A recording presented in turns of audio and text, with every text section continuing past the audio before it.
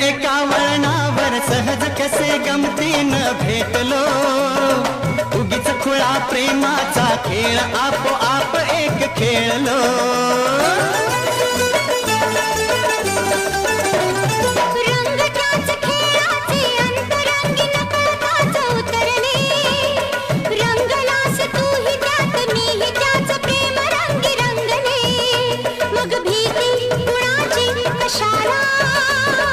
भीती कुणाची कशाला, भीती कुणाची कशाला, अगं भीती कुणाची कशाला.